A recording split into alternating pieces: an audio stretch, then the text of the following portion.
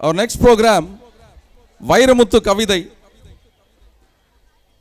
பேருந்தில் ஜன்னலோர இருக்கையில் அமர்ந்து இயற்கையை வாசம் பிடித்து நெடுந்தூரம் பயணம் செய்யும் போது சாலையின் இரு ஓரங்களிலும் இடிக்கப்பட்ட வீடுகள், கட்டிடங்கள் பலவற்றை பார்த்திருப்போம். அந்த கான்கிரீட் சுவர்களையும் மண் சுவர்களையும் எழுப்பி ஓடு பரப்பி அதற்கு கதவு மாட்டி வீடாக்கிய கதையை, அந்த கான்கிரீட் குப்பைகளுக்கும் பிய்த்து எரியப்பட்ட ஓடுகளுக்கும் பின்னால் இருக்கும் கதையை, அந்த வீட்டில் இருந்து புலம்பெயர்ந்த மனிதர்களின் வலியை நாம் யோசித்தது உண்டா? உங்களில் சிலர் யோசித்திருக்கலாம்.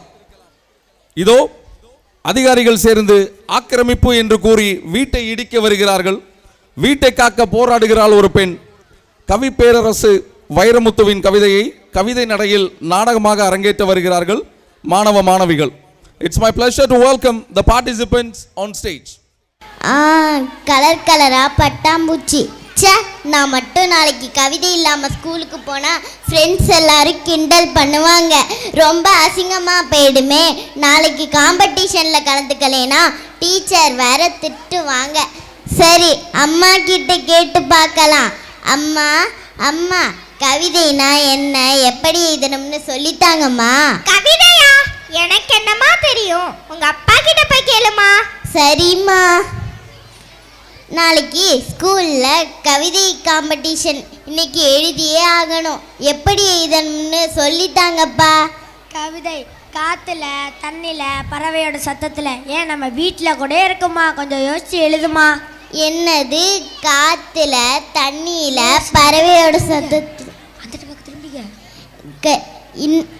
என்னது காத்துல, தண்ணியில, பறவையோட சத்தத்துல? இதெல்லாம் சரிப்பா.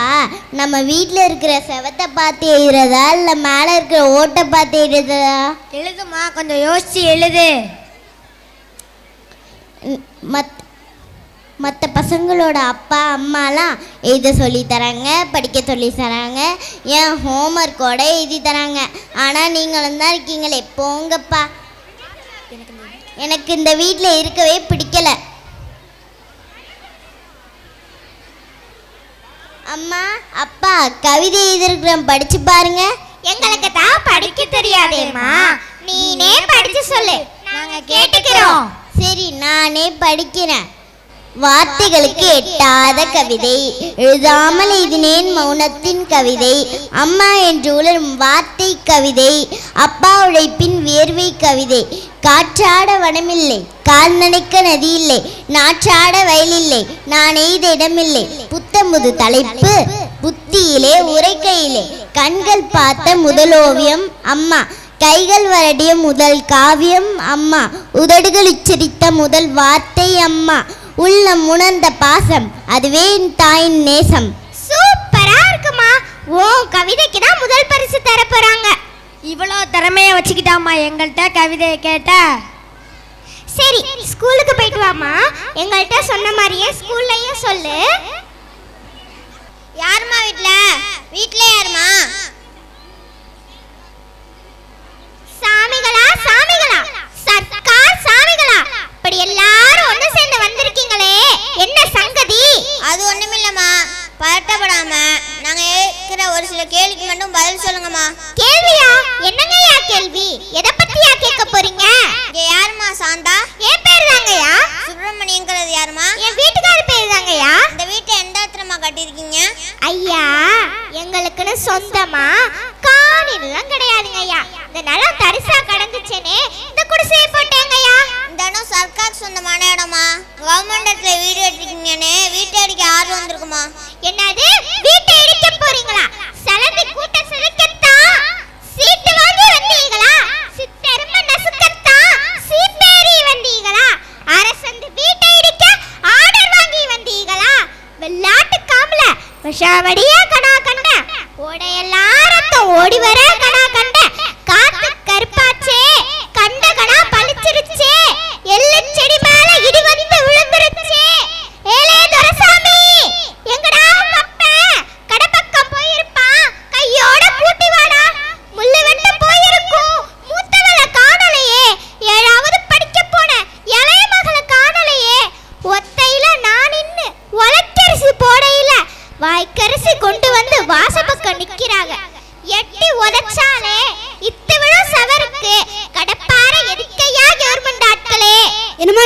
கேட்க மாட்டியா? நாங்க வீட்டு அடி சொல்லிட்டு கிளம்பணும். இந்த வீட்டை உருவாக்க நான் பட்ட பாடு நாய் படுமா, பேய் படுமா, கடஞ்ச தயிர் படுமா, காஞ்சிபுரம் தரிபடுமா. முன் சுவரை எழுப்பத்தான் மூக்குத்தி அடகு வச்சேன், பின் சுவரை எழுப்பத்தான் பித்தளை கூட வச்சேன். கதவு வாங்க காசு இல்ல ராசாவே, கோடியில கதவு செஞ்சு கோட்டைக்கு மாட்டி வச்சேன். சீட்டு பிடிச்சு சித்தால வேலை செஞ்சு போட்ட கூரைக்கு ஒரு பக்கம் ஓடு வச்சேன். கூட்ட கலச்சாக்கா, கூட்ட கலச்சாக்கா, குருவிக்கு வேற மரம், வீட்டை இடிச்சாக்கா எங்களுக்கு ஏது இடம்? என்ன நச நசன்னு நின்னுட்டு இருக்கீங்க? கடப்பார கத்தில எடுத்துட்டு போய் வீட்டை இடிங்க. ஐயா எஜமானே, 5 விரல் மோதிரமே, பாதகத்து சொத்து பத்து, பார்மையா கண் திறந்து, பார்மையா கண் திறந்து. தண்ணி பிடிக்க தகரக்குடம் 1 இருக்கு, பத்த வச்ச பாத்திரங்கள் 2 இருக்கு, வீட்டை விட வயசான விளக்கமாறு 1 இருக்கு, என் புருஷன் திங்க மட்டும் எவர் சில்வர் தட்டு இருக்கு. பொங்கையா போங்க, புண்ணியமா போகட்டும், இன்னைக்கே என் வீட்டு நாய்க்குட்டி தூங்கட்டும். என்னமா சொன்னா கேட்க மாட்டியா? வீட்டுல அரிசி, பருப்பு, ஆதார் கார்டு, கூப்பன் கார்டு, இந்த மாதிரி முக்கியமான ஆவணங்களை எடுத்துக்கமா. அழுதாலும் ஏழச்சொல் அம்பலத்தில் ஏறாது, அருகம்புல் புத்தி சொல்லி அருவா கேட்காது.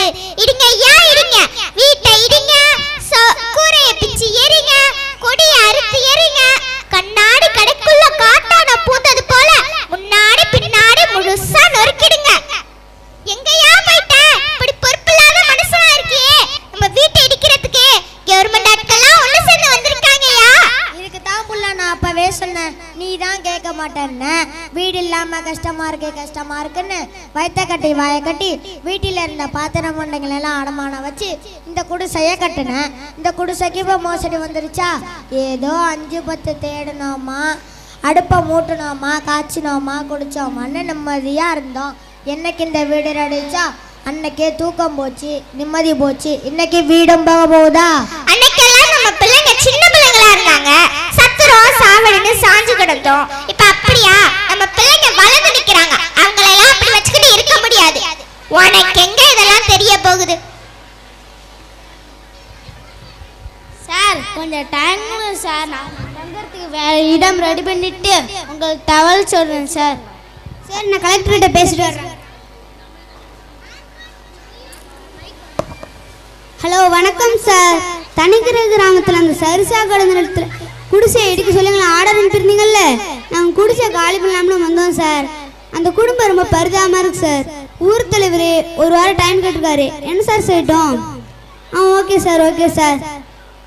என்னங்க ஊர் தலைவரே, உங்கள் சொல்லுக்கு மதிப்பு கொடுத்து அவங்களோட நிம்மதியாக கருத்தாக எடுத்துக்கிட்டு நான் இப்போ கிளம்புறேன். 1 வாரத்துக்குள்ள நீங்க அவங்களுக்கு தங்கறதுக்கு இடம் சரியா? சரிங்க சார், நான் முயற்சி பண்றேன் சார். என்னையா பிரசிடென்ட் ஐயா வீடு வரைக்கும் போய் பார்த்துட்டு வா. 4 ஓடி போச்சு. திருப்பவும் வீட்டை அடிக்கிறதுக்குன்னு வந்துட்டாங்கன்னா அவங்கள்ட்ட மல்லுக்கட்ட எனக்கு தெம்பில்ல. சரி புள்ள, நான் போய் என்னென்ன பார்த்துவிட்டு நம்ம உதவி எதுவும் வேணுமான்னு கேட்டுட்டு வர முடியல. போயிட்டு வாங்க ஐயா. திரும்பவும் வீட்டை அடிக்கிறேன்னு வந்துட போறாங்க ஐயா. சுப்பிரமணி, இப்போ நான் வியூவை பார்த்து பேசிட்டு வர்றேன். தட்டு முட்டு சாமா போட்டு வைக்கிறதுன்னு பக்கத்தில் ஒரு செட்டி போட்டிருக்குல்ல, அது சுற்றி சுவரை வச்சு நிலக்கதவு போட்டு தர்றேன், அங்கே வந்து தங்கிடுங்க. சரிங்க ஐயா. நான் எதுவும் உதவி செய்யணுமாயா? தாராளமா இப்பயே போய் சுத்தம் பண்ணு, கொத்தனாருக்கு ஃபோன் பண்ணி வர சொல்கிறேன். சரிங்க ஐயா. மல்லி செடி நட்டு வச்சு பார்த்து பார்த்து வளர்த்தியடி நான் பெத்த செல்லமே. இப்ப இந்த மல்லி செடியை பிரிஞ்சு நீ எப்படி தான் இருக்க போறியோ? நீ ஒன்றும் கவலைப்படாதம்மா, இந்த மல்லிகை செடி யாரும் எதுவும் செய்ய மாட்டாங்கம்மா. அது இல்லம்மா, நம்ம போனதுக்கு பிறகு இதுக்கு தண்ணி ஊற்றவும் ஆள் இருக்காது, மேய்ச்சலுக்கு வர்ற ஆடு மாடும் இதை மேய்ஞ்சிட்டு போயிடும். அதுக்கு என்னம்மா செய்ய முடியும்? அரசாங்க இடத்துல வீடு கட்டினதும் செடி நட்டதும் நம்ம தப்பு தானம்மா. என்னையா பிரசிடென்ட் ஐயா சொன்னாரு? அவங்க வீட்டுக்கும் பக்கத்துல உள்ள செட்டை ரெடி பண்ணி தரேன்னு சொன்னாரு. என்னைக்குதான் நமக்கு ஒரு வீடும் நலமும் சொந்தமாக போகுதோ தெரியலையே. ஐயா சீமானே, ஒண்ணு மட்டும் செவிசாய்த்து கேளுமையா. கொல்லையில எம்மகத்தான் மல்லி செடி நட்டு வச்சா, நீர் பிடிச்ச செடி இப்ப வேறு பிடிச்சு நின்னு இருக்கு. பொத்தி வச்ச செடி பூ பூக்கும் முன்னால கத்தி எரியாதீங்க, கடை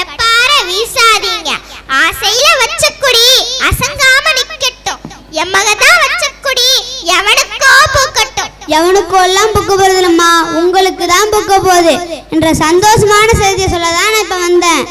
விலையில்லா வீட்டு மனை வழங்கும் திட்டத்தை அரசு அமல்படுத்தியிருக்காங்க. அந்த திட்டமே உங்களை மாதிரி சொந்த வீடு நிலம் இல்லாதவர்களுக்கு தான். அந்த திட்டத்தின் மூலமாக இந்த வீடும் நிலமும் உங்களுக்கு கிடைச்சிட்டுமா? என்னங்கய்யா சொல்றீங்க? வர புதன்கிழமை வந்து பட்டம் வாங்கிட்டு விடுங்கம்மா. நன்றிங்கய்யா.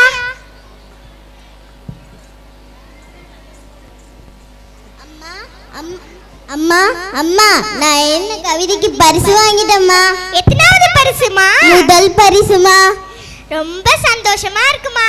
நமக்கு வீடும் கிடைச்சிருச்சு, நீனும் பரிசு வாங்கிட்டு வந்திருக்க. ரொம்ப சந்தோஷமா இருக்கு. இதே மாதிரி உனக்கு கிடைக்கிற ஒவ்வொரு வாய்ப்புகளிலும் முயற்சி பண்ணினா உனக்கு வெற்றி நிச்சயம்.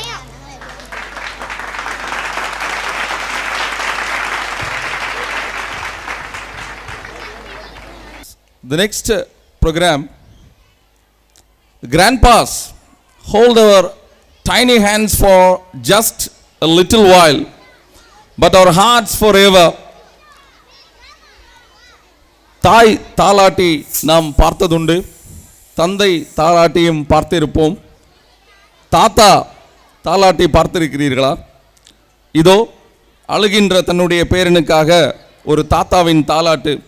அழுகாதே மகனே, எனது ஆயுள் உனதே, இமை போல உனை காக்க நான் தேய்கிறேன் ஜீவனே. Good evening everyone. It is my pleasure and honor to welcome all the parents to our school annual day celebration. Grandfather was not only wisdom and encouragement, but they are inspiration to us. Yes, I agree with you புகழ்வாணி. தாத்தாக்கள் நமக்கு ஞானத்தையும் ஊக்கத்தையும் மற்றும் தருவர்கள் அல்ல, நம் அகத்தூண்டுதலுக்கு எழுச்சூட்டும் நாயகன் தான் தாத்தா. Grandpas hold our tiny hands for just a little while, but our hearts forever.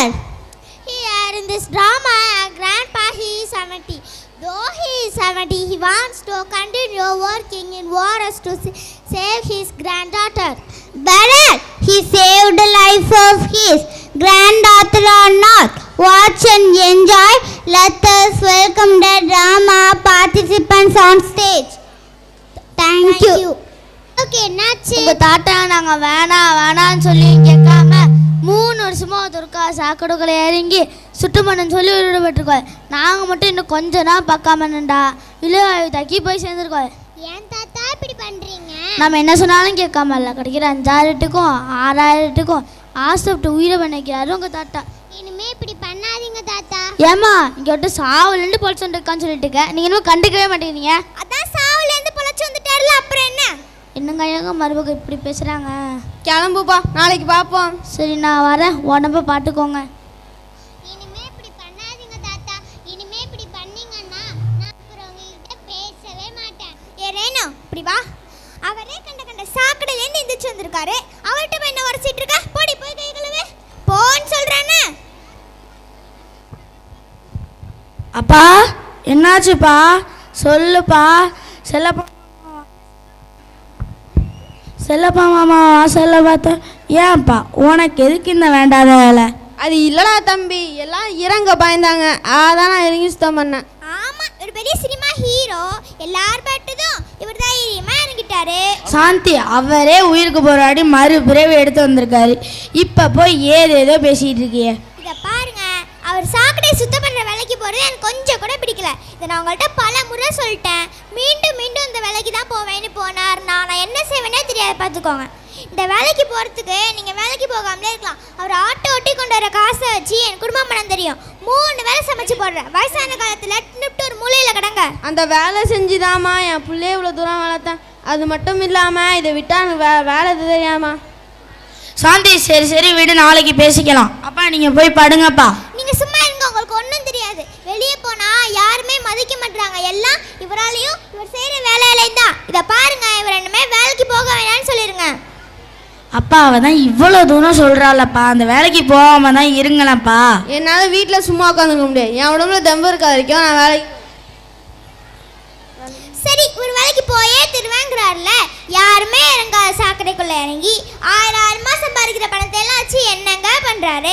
என்ன கேட்சல் நம்ம வீட்டு செலவுக்கு வேண்டி கொடுத்துருப்பாரா, இல்ல ஒரு நல்ல நாள்ல நம்ம ரேணுக்கு ஒரு நல்ல துணி வாங்கி கொடுத்துருப்பாரா? எல்லாத்தையும் அவரே தானங்க வச்சு செலவு பண்றாரு.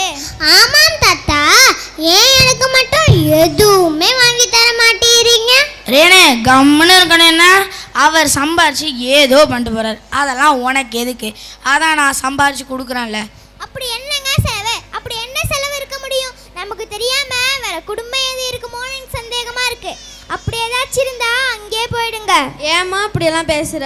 உண்மையை சொன்னா குறுகுறுங்குதோ. சாந்தி என்ன அதிகமாக பேசிட்டு இருக்க, பேசாம உள்ள போ. நான் ஏதாவது பேசினா மட்டும் ஏன் வாய் அணைச்சிருங்க. உங்க வாய் திறந்து உங்க அப்பா ஏதாவது சொல்லாதீங்க. ஏறே இப்படி வா, இனிமே தாத்தா கிட்ட போனா உன்னை தொலைச்சி வாடி.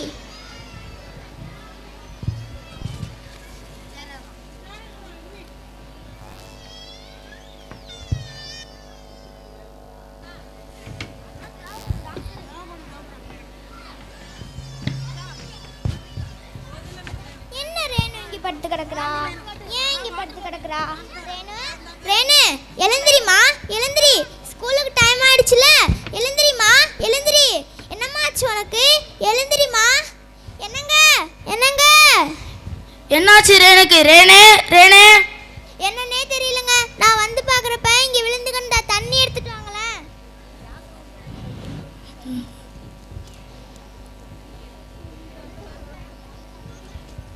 சீக்கிரம் ஆட்டோ எடுத்துட்டு வாங்க, ஹாஸ்பிடல் கூட்டிட்டு போலாம்.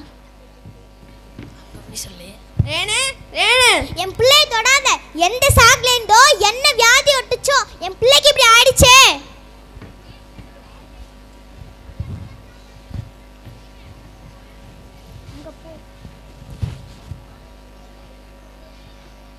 என்னப்பா யாருக்குப்பா பார்க்கணும்? குழந்தைக்கு தான் பார்க்கணும். டாக்டர் ஒரு கேஸ் பார்த்துட்டாங்க, சட்டுன்னு வெயிட் பண்ணுங்க.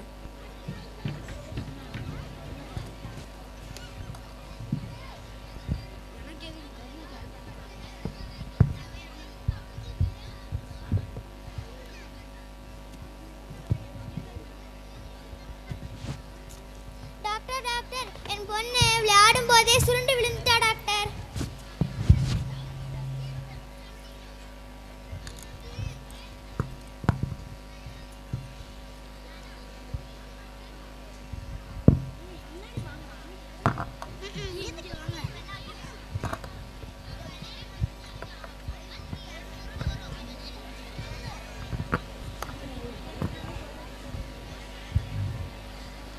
பாப்பா மூச்சு நல்லா இழுத்து விடுங்க.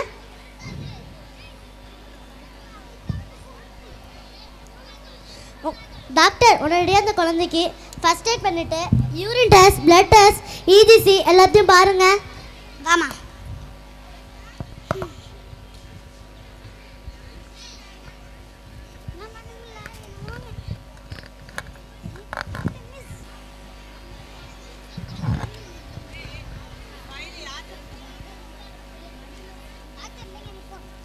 அவங்க பேரண்ட்ஸை கூப்பிடுங்க. டாக்டர், டாக்டர் ட்ரெஸ் ரிப்போர்ட்லாம் எப்படி டாக்டர் இருக்கு? பயப்படும்படி எதுவும் இல்லைல்ல டாக்டர்?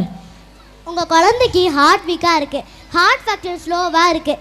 ஓப்பனர் சர்ஜரி பண்ணும் 3 அல்லது 3.5 லட்சம் வரை செலவாகும். பணக்காய்வசம் வச்சுருக்கீங்களா? இன்றைக்கி அட்மிஷன் போட்டுடலாமா? என்ன டாக்டர் சொல்கிறீங்க? 3.5 லட்சம் ரூபாயா? அவ்வளோ பணத்துக்கு நான் எங்கள் டாக்டர் போவேன்? ஏதோ நினைக்கி ஆட்டோ ஓட்டி ஒரு வருமானத்தில் குடும்பம் ஓட்டிகிட்டு இருக்கேன் டாக்டர். இதை பாருங்க, இதில் நான் 3 நாளைக்கு மெடிசன் எழுதியிருக்கேன். அது வரைக்கும் தான் நீங்கள் டைம் எடுத்துக்கலாம். அதுக்கெல்லாம் போய் பணத்தை ரெடி பண்ணிட்டு வந்து அட்மிஷன் போடுங்க. இதுக்கு மேலே டிலே பண்ணாதீங்க. உங்கள் பொண்ணு இதை காப்பாற்றுறது கஷ்டம். சரிங்க டாக்டர். ராமு, டாக்டர் என்னப்பா சொன்னாங்க? அப்பா நம்ம ரேணுக்கு ஹார்ட்டில் பிரச்சனையாப்பா, ஆப்ரேஷன் மூலியமாக தான் சரி பண்ண முடியுமா? ஆப்ரேஷன் மூலமாவா?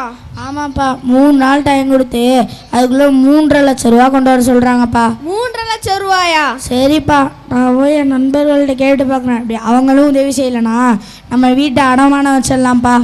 புள்ள உசுருக்கு ஆபத்துன்னு சொல்லிட்டு இருக்கோம், கண்ணுக்குறாரா பாத்தீங்களா?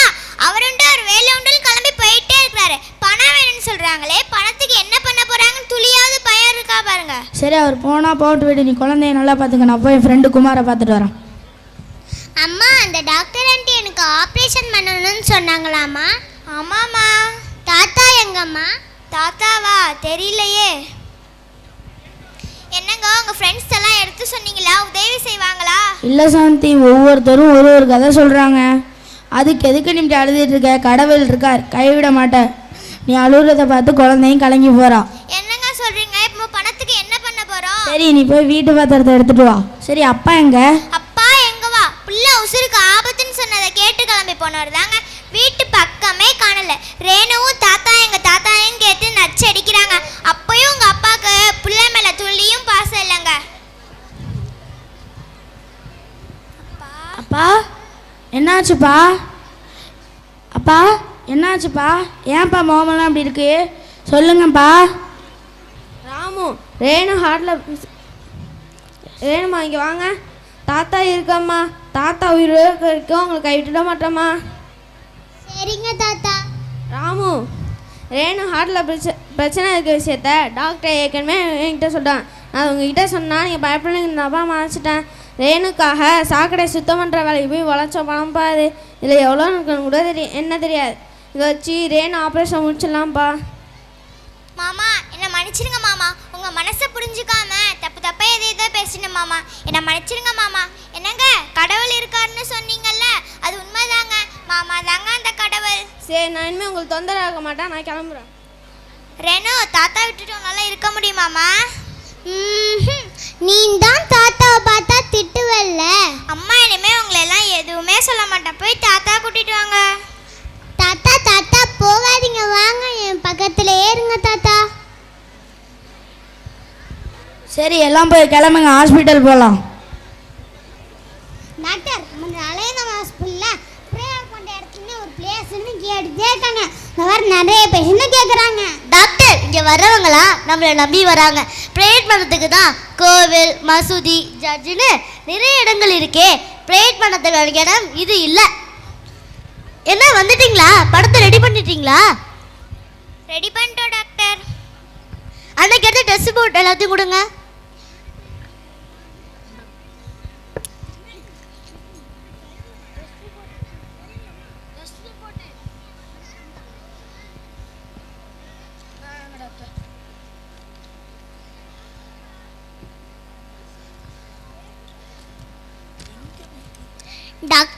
டாக்டர் ஆண்டி, என் ஹார்ட்டுக்குள்ள இருந்து சத்தமா சவுண்டு கேட்குது.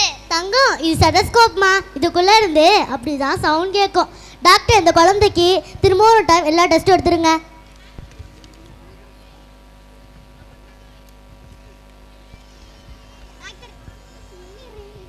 டாக்டர், இந்தாங்க ரிப்போர்ட். அவங்க பேரண்ட்ஸை கூப்பிடுங்க.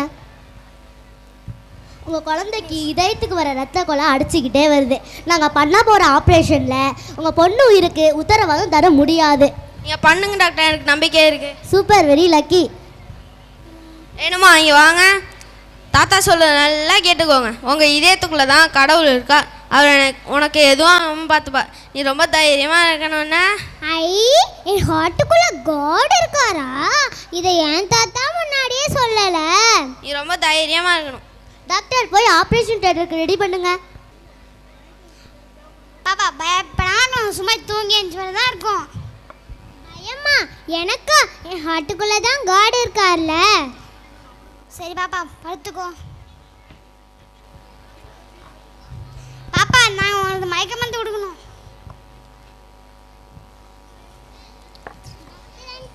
ஒரு நிமிஷம், நீங்கள் ஹார்ட்டை ஓப்பன் பண்ணி தானே ஆப்ரேஷன் பண்ண போகிறீங்க. ஒரு விஷயம், நீங்கள் ஆப்ரேஷன் பண்ணும் போது காட் மேலே கத்தி படாமல் பார்த்துக்கோங்க டாக்டர். என்னது, காட் மேலே கத்தி படாமல் ஆப்ரேஷன் பண்ணணுமா? சரிம்மா.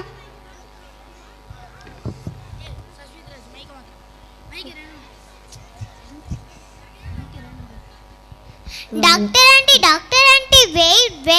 என் ஹார்ட்டுக்குள்ள காட் எப்படி இருக்கான்னு நான் பார்க்க முடியாது. அதனால காட் எப்படி இருக்கான்னு நீங்க பார்த்து வச்சுக்கோங்க.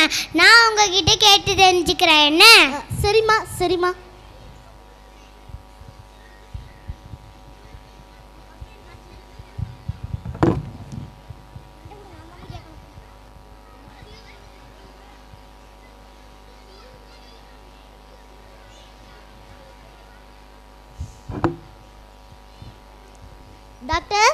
டாக்டர், இது வரைக்கும் நான் நூற்றுக்கணக்கான ஓப்பன் சர்ஜரி பண்ணியிருக்கேன். ஆனால் இப்போ இந்த குழந்தைய பார்க்கும்போது பதட்டமாக இருக்குது டாக்டர். டாக்டர் நீங்கள் பஸ் டாக்டர், டோன்ட் வரி.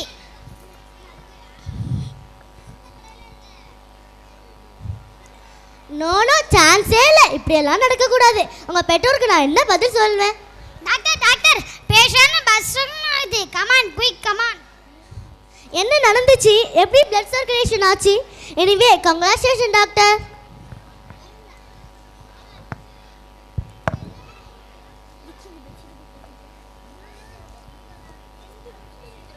அந்த பொண்ணு கண் முழிச்சா கடவுள் எப்படி இருந்தாலும் கேட்பாளே, அவளுக்கு நான் என்ன பதில் சொல்வேன்? அதெல்லாம் பார்த்துக்கலாம் டாக்டர்.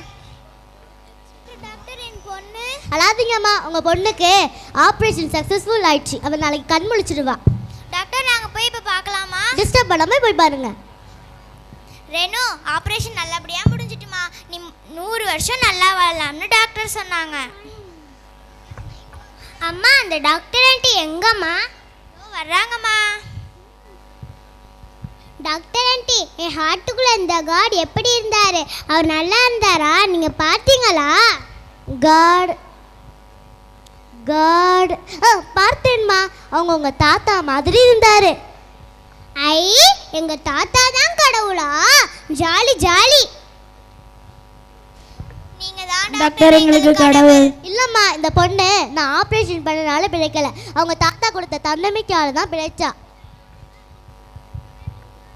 கடவுள் உண்டு. யார் ஒரு பிரதிபலன் எதிர்பார்க்காம தூய்மையான அன்பு கட்டுறாங்களோ அவங்க தான் கடவுள்.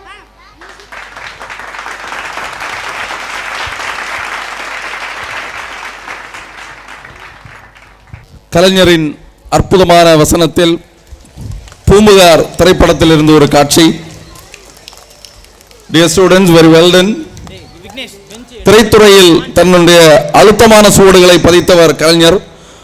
முன்னோடிகளின் உரையாடலுக்கும் கலைஞரின் உரையாடலுக்கும் என்ன வேறுபாடு என்று எண்ணி கிடந்தேன். ஏனையோர் எழுத்துக்கள் எல்லாம் பாத்திரங்களோடு உரையாடுகின்றன. கலைஞரின் எழுத்துக்களோ பாத்திரங்களை தாண்டி சமூகத்தோடு உரையாடுகின்றன. ஏனையோர் உரையாடலோ திரையோடு தேய்ந்தொழுகின்றது. கலைஞரின் உரையாடலோ திரையை கிழித்தெறிந்து தெருவுக்கு வந்து விழுகிறது. முதற் படத்திற்கு வசனம் தீட்டும் போது அவரது வயது 23.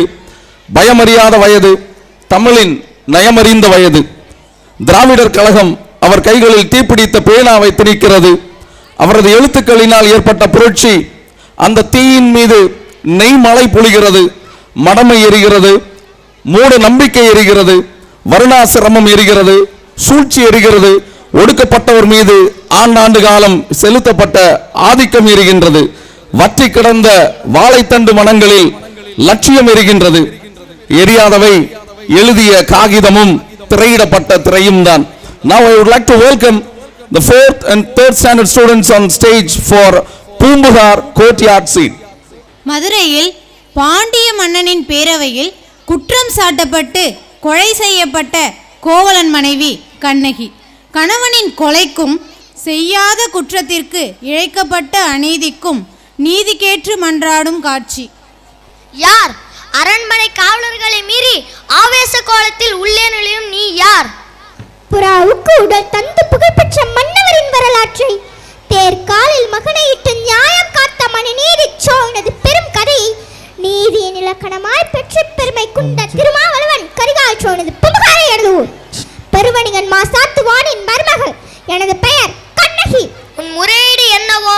முத்து விலகின்ற 3 கடல் சூழ்ந்திருக்கும் தென்னகத்தில் மும்முரசு கொட்டி முக்கொடி நிழலிலே முத்தமிழை காப்பாற்றும் மூவேந்தன் பரம்பரை பெருமைதனி மொழியாக்க முடிப்பிடிந்த மன்னவனே, என் முறையீட்டை கேட்பதற்கு முன் நான் யார் என்று முழுமையாக தெரிந்து கொள்க. நீ யார்? கண்ணகி, கையில் தனிச்சிலமுடன் வந்து நீதி வழ்வான் நெடுஞ்செய பாண்டியனை துணிந்து இகழ்ந்துரைக்க வந்திருக்கும் கண்ணகி. என்ன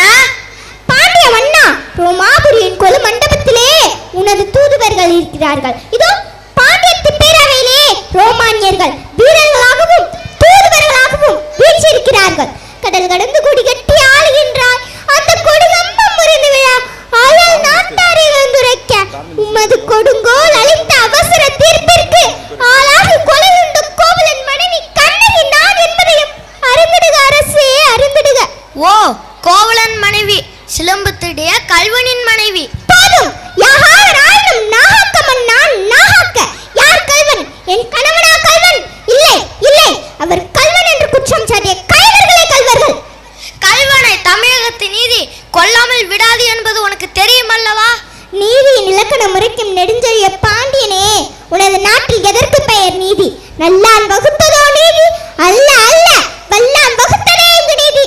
அதனால்தான் நான் வணங்குகிற தெய்வத்தை, என் வாழ கருவூலத்தை சாவு படுகுள்ளில் தள்ளிவிட்டீர்கள். குற்றவனே, குடலில் குந்தர மூப்பவனே, என்னைப்பார் கொலு மண்டபத்தில் விசாரிக்கப்பட வேண்டிய வழக்கு கோவில் மண்டபத்தோடு முடிந்ததே. சிந்தியுங்கள், நன்றாக சிந்தியுங்கள். குற்றம் சுமத்தப்பட்டவரின் மறுப்புகளுக்கு மதிப்பு தராமல் கொலைவாளில் வேலை எவ்வளவு அவசரமாக நடைபெற்றதே. இதற்கு பேரா நீதி, இதற்கு பேரா நேர்மை, உமக்கு பேரா அருள் காக்கும் மன்னன். என்ன கண்ணகி, உன் கணவன் கையில் இருந்தது அரசி கோப்பெரும் தேவியின் சிலம்பு. கோப்பெரும் தேவியின் சிலம்பு இல்லை, கோவலன் தேவியாம் என்னுடைய சிலம்பு. நம்ப முடியாது என்னால். நீ யார் நம்புவதற்கு? உன்னை யார் நம்பச் சொல்கிறார்கள்? உன் மீது வழக்கு உரைக்க வந்தவர் நான். குற்றவாளி நீ. நான் குற்றவாளியா? ஆம், நீ குற்றவாளி. அதனால் தீர்ப்பளிக்கும் உரிமை உன் கையில் இல்லை. இதோ இருக்கிறார்கள் பெருந்தன்மை பெரியோர்கள். இவர்களே இப்போது நீதிபதிகள். இவர்கள் உரைக்கட்டும் நல்ல தீர்ப்பு. ஆண்டோர்களே, மிக அரும் பெரும் படை கொண்டவன் பாண்டியன் என்பதற்காக நீதியின் பாதையை வளைக்காமல் தாயின் மேல் ஆணையாக, தமிழ் மேல் ஆணையாக, தாயகத்து மக்கள் மேல் ஆணையாக தீர்ப்பு கூறுங்கள், நல்ல தீர்ப்பு கூறுங்கள். கோப்பெரும் தேவியின் சிலம்பை கோவலன் திருடினான் என்பது குற்றச்சாட்டு. அதற்காக மரண தண்டனை. அது ஆராயாமல் அளித்த தீர்ப்பு. அதற்கு மன்னன் பொறுப்பு. இது என் வழக்கு. ஆதாரம்? ஆதாரம் இதோ இந்த சிலம்பு. இதற்கிணையான மற்றொரு சிலம்பைத்தான் என் மலவாளன் வந்தான். மகா பாவிகள் அவரை கொன்று குவித்து விட்டார்கள். அதற்கு அடையாளம்? அடையாளம் அடையாளம் வேண்டுமா? 1000 கேள்விகள் என்னை கேட்டு உன்னை குற்றமற்றவனாக ஆக்கிக் கொள்ள துடிக்கிறாயே. இப்படி ஒரு கேள்வி நேருக்கு நேர் என் அத்தானை கேட்டிருந்தால் நீதி வழுவா நெடுஞ்செயன் என்ற பெயர் உனக்கு நிலைத்திருக்குமே. என் அத்தானின் உயிரும் தங்கி இருக்குமே. தேவி அறிந்திருப்பது ஒரு சிலம்பு உன்னோடது என்பதை மெய்ப்பித்து காட்டுவாயாக. மெய்ப்பித்து என்ன பயன்? இறந்து போன என் கணவனை இழப்பு தருவீர்களா? வெட்டுண்ட தலைகளை ஒட்டி தருவீர்களா? முடியாது உங்களால், முடியாது உங்களால். ஆனால் ஒன்று, உயிர் போனதால் தொங்கிய என் அத்தானின் தலை போல் உங்கள் தலைகளையும் தொங்க வைக்கிறேன்.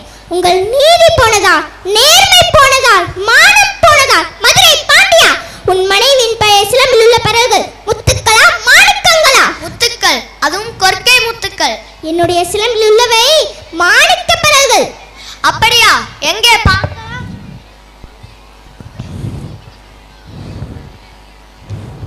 இதோ பார். பார்த்தாயா முத்துக்களே? அடுத்த சிலம்பு. மாணிக்கங்கள். அமைச்சர்களே, அரும் பெரும் சான்றோர்களே, இதற்கு என்ன பதில்? தலை தொங்கி விட்டதா? நீதி கவிழ்ந்து விட்டதா? வாய் அடைந்து விட்டதா? மதுரை பாண்டியனின் அறம் பரம் திறம் எல்லாம் மண்ணோடு மண்ணாக கலந்து விட்டதா? உன் நீதி வழங்கிய செய்தி கேட்டு யானை சேனை 1000 எதிர்த்து வந்தாலும் தலை நிமிர்ந்து தலை குனியாமல் பொன்னர்த்தம் நம் வீரம் எங்கே? கம்பீரம் எங்கே? வெற்றி திருப்பாட்டு எங்கே? எங்கே எங்கே மன்னா? உனக்கு இன்னும் சந்தேகம் இருந்தா இதோ என்னுடைய மற்றொரு சிலம்பு. மாணிக்கங்கள். அமைச்சர்களே, அரும் பெரும் சான்றோர்களே, இதற்கு என்ன பதில்? தலை தொங்கி விட்டதா? நீதி கவிழ்ந்து விட்டதா? வாய் அடைந்து விட்டதா? மதுரை பாண்டியனின் அறம் பரம் திறம் எல்லாம் மண்ணோடு மண்ணாக கலந்து விட்டதா? உன் நீதி வழங்கிய செய்தி கேட்டு யானை சேனை 1000 எதிர்த்து வந்தாலும் தலை நிமிர்ந்து தலை குனியாமல் போர் நடத்தும் நம் வீரம் எங்கே? கம்பீரம் எங்கே? வெற்றி திருப்பாட்டு எங்கே? எங்கே எங்கே மன்னா? மாசு படரவும் மாநிலம் இகழவும் நீதி வழங்கிய உனக்கு செங்கோ எதற்காக? தேவையில்லை. பாதகம் புரிந்த உனக்கு மணிமுடி எதற்காக? தேவையில்லை. அழு, நன்றாக அழு. என்னை காலமெல்லாம் அழ வைத்த காவலனே, என் காதலனை, என் கண்ணாளனை, என் கண்ணிறைந்த மலர்வாளனை துடிக்க துடிக்க கொன்றுவிட்ட பாவி. அழு அழு, நன்றாக அழு. கண்ணகி, உன் கணவன் கல்வன் அல்ல, கல்வன் அல்ல. ஆராயாமல் அவசரத்தில் கொன்று வருக அவனை என்று ஆணையிட்ட நானே கல்வன், நானே கல்வன். தமிழே, தாயகமே, என் தாயே, என்னை மன்னித்து விடமா, என்னை மன்னித்து விடு. அழியட்டும் ஒழியட்டும், எல்லாம் அழியட்டும் ஒழியட்டும், தீ பரவட்டும். என் நெஞ்சிலே மீண்ட நெருப்பே, நீதி தவறிய மதுரையை அடியோடு அசைத்து விடு, அடியோடு அசைத்து விடு. வெறும் கைத்தட்டல்கள் போதாது, ஒரு ஸ்டாண்டிங் ஓவேஷனை கொடுக்கலாம். மிகச்சிறப்பான ஒரு நடிப்பு. Next programme, cooking is an art. I saw few die of hunger of eating 100,000. பசியால் இறந்தவர்கள் சிலர் என்றால் உணவை உண்டு இறந்தவர்கள் பலர். அதாவது உணவு சரிவிகிதத்தில் இல்லாமல் சுவையின் காரணமாக உணவு கட்டுப்பாடு இல்லாமல் அளவுக்கு அதிகமாக உண்டு நோயுற்று இறந்தவர்கள் பலர். நொறுங்க தின்றால் 100 வயது, மனம் என்று மகிழ்ச்சியோடு இருந்தால் நோய் அண்டாது. இங்கே அறுசுவையோடு நகைச்சுவையும் கலந்து சமையல் செய்ய வருகிறார்கள் மாணவிகள். Let's welcome the participants on stage. வணக்கம். இது அஞ்சலி பெட்டி நிகழ்ச்சியில் பாவக்காய் சூப் எப்படி செய்யறதுன்னு பார்க்க போறோம். ரொம்ப அழகாகவும் கியூட்டாகவும் பெர்ஃபார்மன்ஸ் பண்ணுவாங்க மயானி மேடம். வணக்கம் சார். வணக்கம் மேடம். ஆமா, நீங்க இன்னைக்கு என்ன பண்ண போறீங்க? காலையில எந்திரிச்சதும் குளிச்சுட்டு பக்கத்துல உள்ள முருகன் கோவிலுக்கு போவேன். நல்ல ஸ்வீட்டான சக்கரை பொங்கல் கொடுப்பாங்க. அதை வாங்கி சாப்பிட்டுட்டு மதியம் நல்லா படுத்து தூங்குவேன். சாயங்காலம் எந்திரிச்சு பக்கத்துல உள்ள பெருமாள் கோவிலுக்கு போவேன். அங்க நல்லா சூடான சுண்டல் கொடுப்பாங்க. அதை வாங்கி சாப்பிட்டு நைட்டு நல்லா படுத்து தூங்கிடுவேன். லூசு மேடம், நீங்க வீட்ல என்ன செஞ்சீங்கன்னு கேட்கல, நீங்க ஷோல என்ன பண்ண போறீங்கன்னு கேட்டேன். ஓ, அதுவா? எனக்கு ஒரு டிஷ் செய்யலான்னு வந்திருக்கேன். ஆமா, நீங்க எனக்கு என்ன டிஷ் செய்ய போறீங்க? இப்பெல்லாம் நிறைய பேர் ஸ்வீட் சாப்பிட முடியாம கஷ்டப்படுறாங்க சார். ஏன் உங்க வாயில புண்ணா? அதெல்லாம் ஒண்ணும் இல்ல, நிறைய பேருக்கு சின்ன வயசுலயே வந்துருது சக்கரை. அதனால எனக்கு அவங்க மேல கொஞ்சம் அக்கறை. எல்லாரும் ஸ்வீட் சாப்பிடணும் சார், ஆனா சுகர் மட்டும் நார்மலா இருக்கணும் சார்.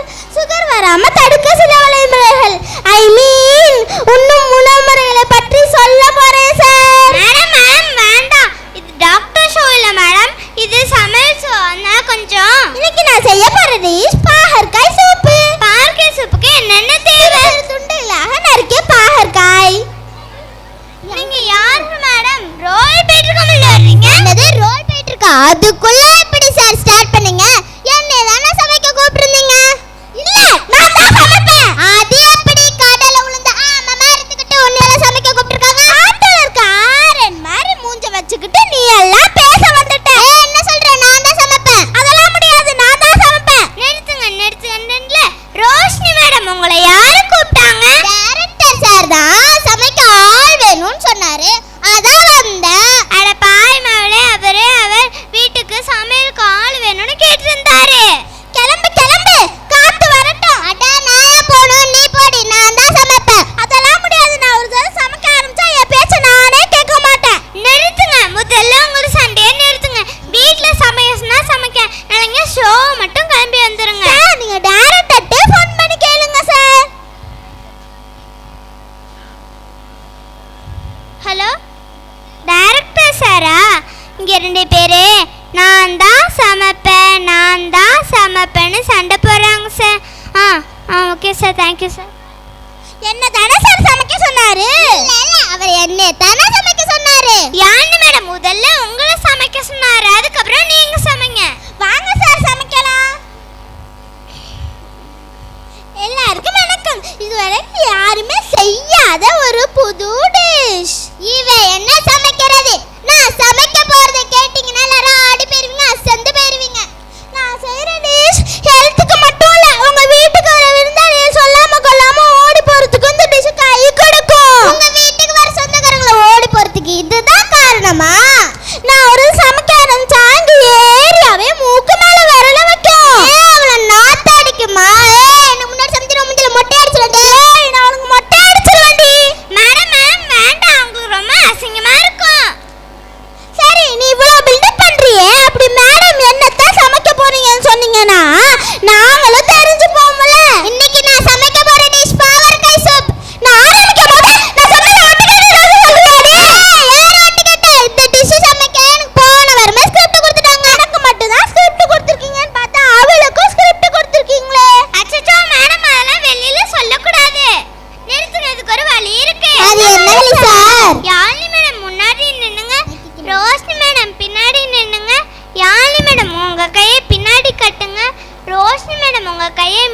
பண்ணிட்டுங்க இப்ப சமைங்க. அது எப்படி சார்? நான் பாதி சமைக்கணும், அவ பாதி சமைக்கணுமா சார்? இல்ல இல்ல, நான் சொல்ல அவ சமைக்கணுமா சார்?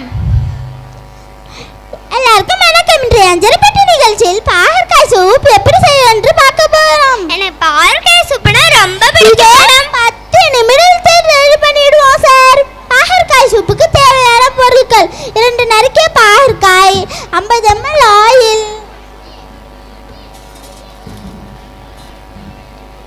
1/2 லிட்டர் தண்ணீர், பரவாயில்ல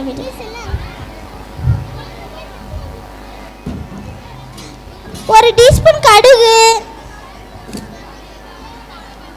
1/2 டீஸ்பூன் மஞ்சத்தூள்,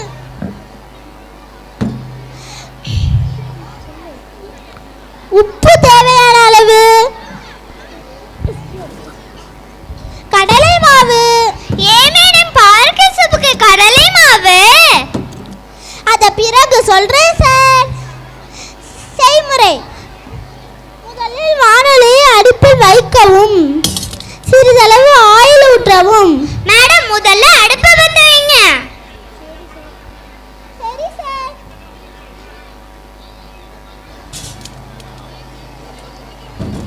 சூடேறிய எண்ணெயில் 1 டீஸ்பூன் கடுகு போடவும். கடுகு பொரிந்தவுடன் கறிவேப்பிலை போடவும். பிறகு 2 நறுக்கிய பாகற்காயை கொட்டி கிளறவும்.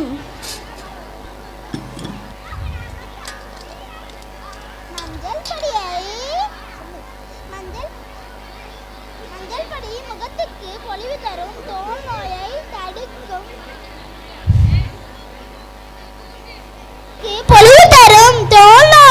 தடுக்கும்.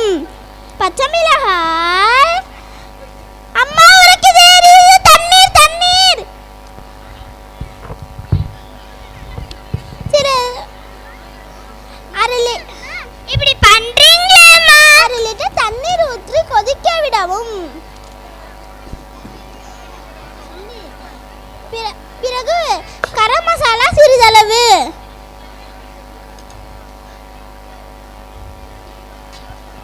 உப்பு தேவையான அளவு,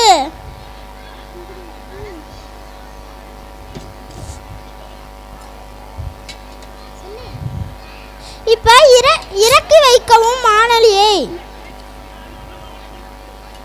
டொமேட்டோ சாஸை கலக்கவும்.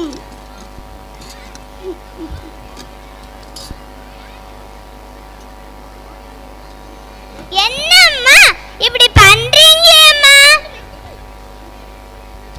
சூடான சுவையான பாகற்காய் சூப் ரெடி. சார், டேஸ்ட் பண்ணி பாருங்க சார். என்ன மேடம் கசக்குது? பாகற்காய் சூப் என்ன கசக்காம இனிக்குமா சார்? இல்லல மேடம், இது நல்லாவே இல்ல. நான் சொல்லதான் சார் செஞ்சேன். இவ தான் சமைச்சா.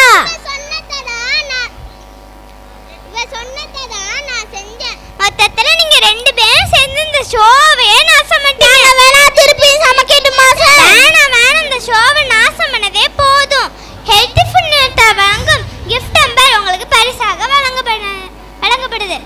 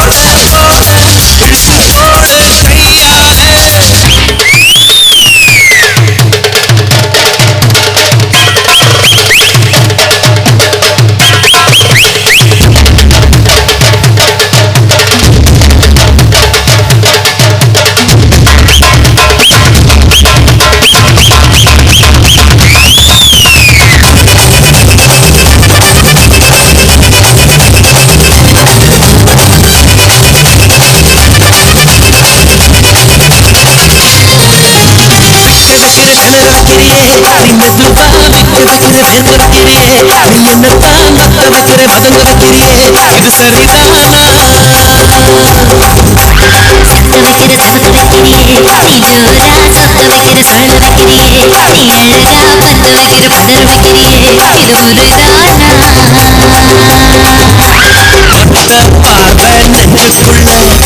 ஊசி நூலும் கோக்குதடி பல்லு சிப்பிலெல்லாம் நிலவு தெரிக்குதடி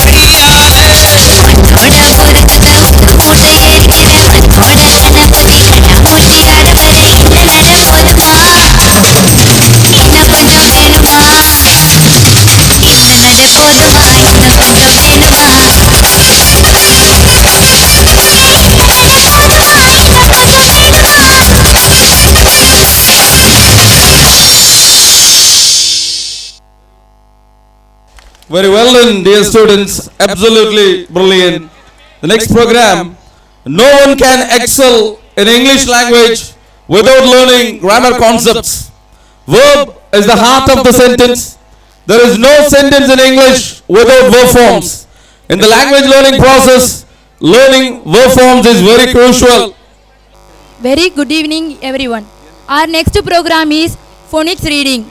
English is a mysterious language. Yes, in some cases, it is very hard to understand the pronunciation of the English words.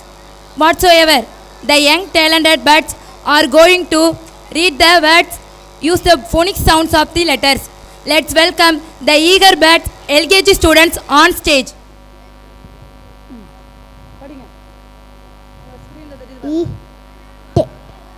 It,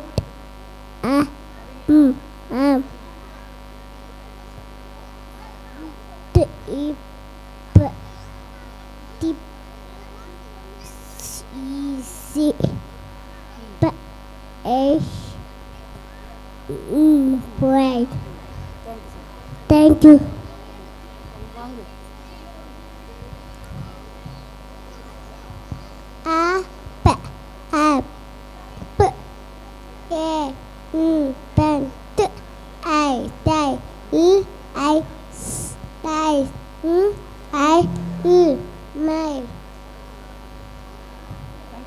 Thank you.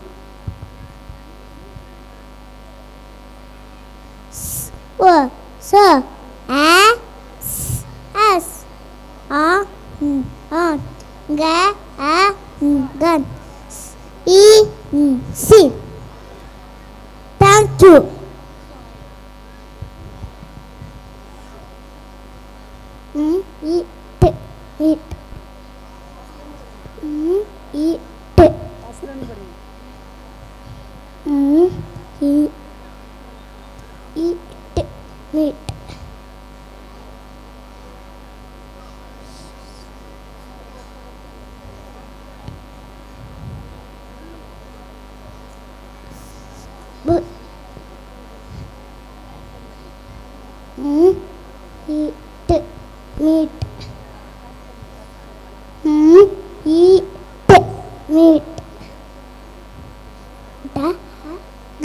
Dog.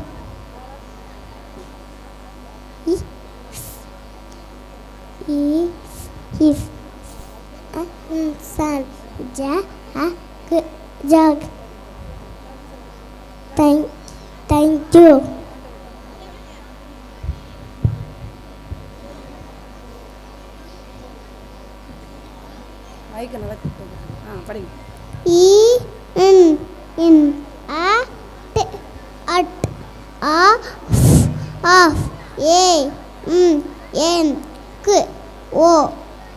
Goat. Thank you. LKG students on the stage.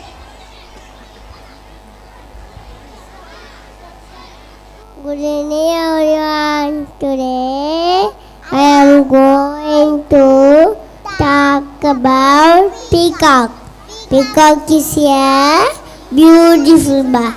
Feathers are colorful. It has a fatting feathers.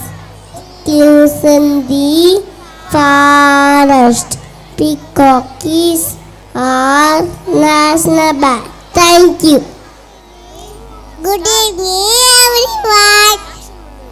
Today we are going to talk about tiger. Tigers are ferocious animals. It lives in the forest. It has a strong body. It can run far. Tiger is our national animals. Thank you.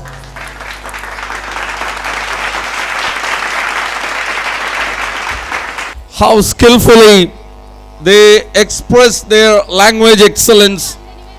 Their parents gave them a big round of applause for their performance. The next program, Preposition again. I believe as a spoken English tutor, it's very hard to remember the prepositional rules in English.